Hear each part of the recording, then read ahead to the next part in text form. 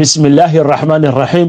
وصباح نما سبتيها سدحدا بشا مي سنتك لبكن لباتني شن او كبعغن شنتا بشا دلقعدة سنتك كن أفر بقول فرتني لح تاريخ الهجرية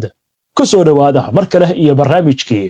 حولشada wararka qodobada saakay barnaamijka aridii kugu haynana waxa kamid ah Israa'iil oo duqeymo culus xalay ka geysatay magaalooyin kamid ah wadanka Suuriya mid kamid ah duqeymaha ayaa ka dhacday dowladka caasimadda Dimashq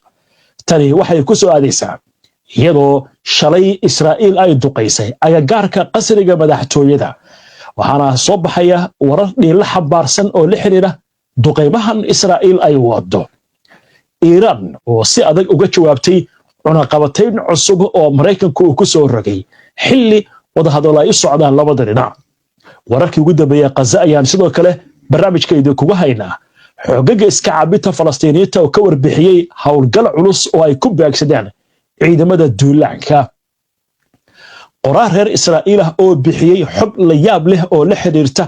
mahadnada Yaxya Siwaar Israa'iil uu geystay ku dhawaad 10 qof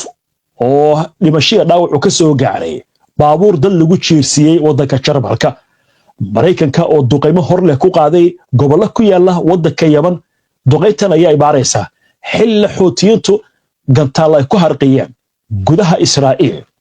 dhammaan wararkan iyo qodobo kale oo faahfaahsan iyo wixii warah ee soo kordhaytayna hawada ku jirno ayaan idinkugu soo gudbinaynaa barnaamijka xulashada wararka internet plus waa adeeg ay macaamiishu ka heli karaan internet fiber ah oo xawaarihiisu yahay 20 megabytes per second ayna la socdaan rasiifar ay ku jiraan in ka badan 4,000 oo kanaal iyo 100 daqiiqado oo ah ku hadal bilaash ah soo dhawaada markale daawadayaal si aad ula socoto oo hesho wararka barnaamijyada iyo macluumaadka aynu halkan ka soo gudbinayno haddii aad ku cusub tahay baraheena bulshada amaba horay aadan uga xirnayn hadda ku soo beer waana ku mahadsantihiin daawashada barnaamijka saaka waxaynu ka hormaraynaa xiisada u dhaxaysa Mareykanka iyo Iran ee la xiriirta nuclearka Iran iyadoo wadahadalo labada dhinac ay u socdaan ayaa waxa lagu soo waramayaa in Mareykanku cunaqabatayn hor leh oo saaray Iran arrintaasi oo si adag ay uga jawaabtay dowladda wadanka Iran haddaba war ka soo baxay wasaaradda arrimaha dibadda ee dalkaasi Iran ayaa waxa lagu sheegay in sii wadida dhaqamada sharci darrada ah aysan waxba ka bedeli doonin mowqifka macquulka ee Iran ee sharciyeysan ee ku saleysan qaanuunka caalamiga waxaana intaasi wasaaraddu ay ku dartay in cunaqabatayntu ay abuurayso shaki weyn iyo kalsooni darro sababi karta in su'aal la iska weydiiyo dhabnimada Mareykanka ee jidka dhanka diblomaasiyadda bayaankan ka soo baxay wasaaradda arrimaha dibadda ee Iran ayaa waxa lagu sheegay in cunaqabataynta joogtada ah ee Mareykanku aysan waxba ka bedeli doonin siyaasadda Tehran laakiin wali ay u heelan yihiin wadada dhanka diblomaasiyadda isla markaasna Iran ay diyaar u tahay inay sii wado wadahadalada ay leedahay Washington laakiin waxay ka soo horjeedaa baa yiri hanjabaadaha iyo cadaadiska warkan ayaa waxa ku soo aadaya kadib markii shalay madaxweynaha Mareykanka Donald Trump uu ku hanjabay inuu cunaqabatayn saari doono cid kasta ama dal kasta oo xiriir ganacsi oo la xiriira shidaalka la sameeya Iran arrintaasi ayaa waxa la sheegayaa dowladda wadanka Iran ay aad uga carootay wadahadalada u dhaxeeya labada dhinac ee colaaddu ay ka dhex aloosanayd muddo 40 sano ah ayaa ujeedadu ay tahay in la gaaro heshiis cusub oo xadidaya barnaamijka nuclearka ee Iran isla markaasna laga hortagayo in Iran ay samaysato hubka nuclearka laakiin jamhuuriyadda islaamiga ah ee Iran muddo dheer waxa ay beeninaysay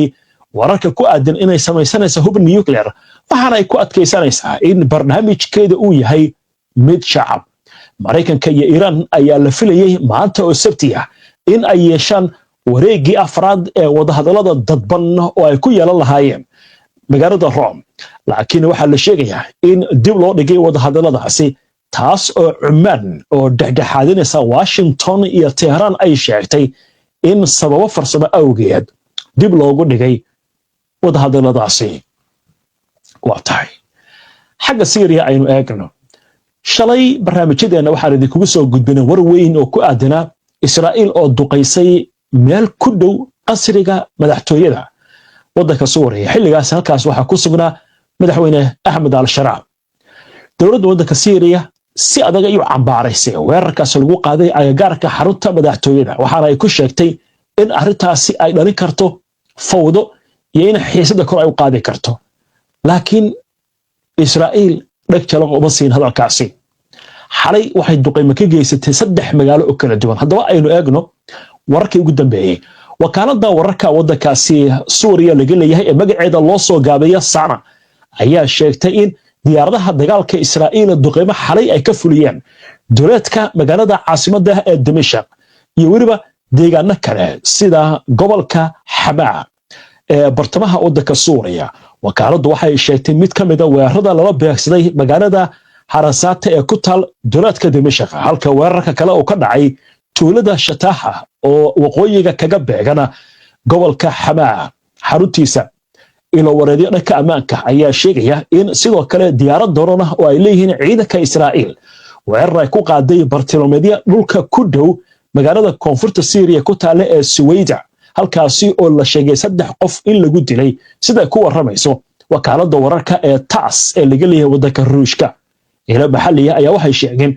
in weerarkan lagu beegsaday urur ka tirsan ciidamada amniga ee hoostaga maamulka cusub ee waddanka Syria kuwaasi oo saldhigyo ku lahaa deegaanka Kanakeer ciidamadan ayaa qayb ka ahaa howlgal lagu doonayo in dib lagu soo celiyo xasiloonida gobolka koonfureed ee beesha Druska ay ku badan tahay kadib halka markay ka dhaceen iska horimaadyo toddobaadkan hay-adda wararka u faafisay Israa'iil ayaa waxay sheegaysaa in Israa'iil isku diyaarinayso in ay beegsato bartilmaameedyo cusub ah iyadoo la sheegayo in goobahaasi loo aqoonsaday wasaadalka loo dhigay goobo military oo xiriir la leh nidaamka Syria oo ay tahay in la weeraro hay'addu waxay taasi ku dartay in bartilmaameedkan cusub la aqoonsaday Syria ay ogolaadeen in la beegsado ra'iisul wasaaraha Israa'iil Benjamin Netanyahu iyo wasiirkiisa difaaca Israel Katz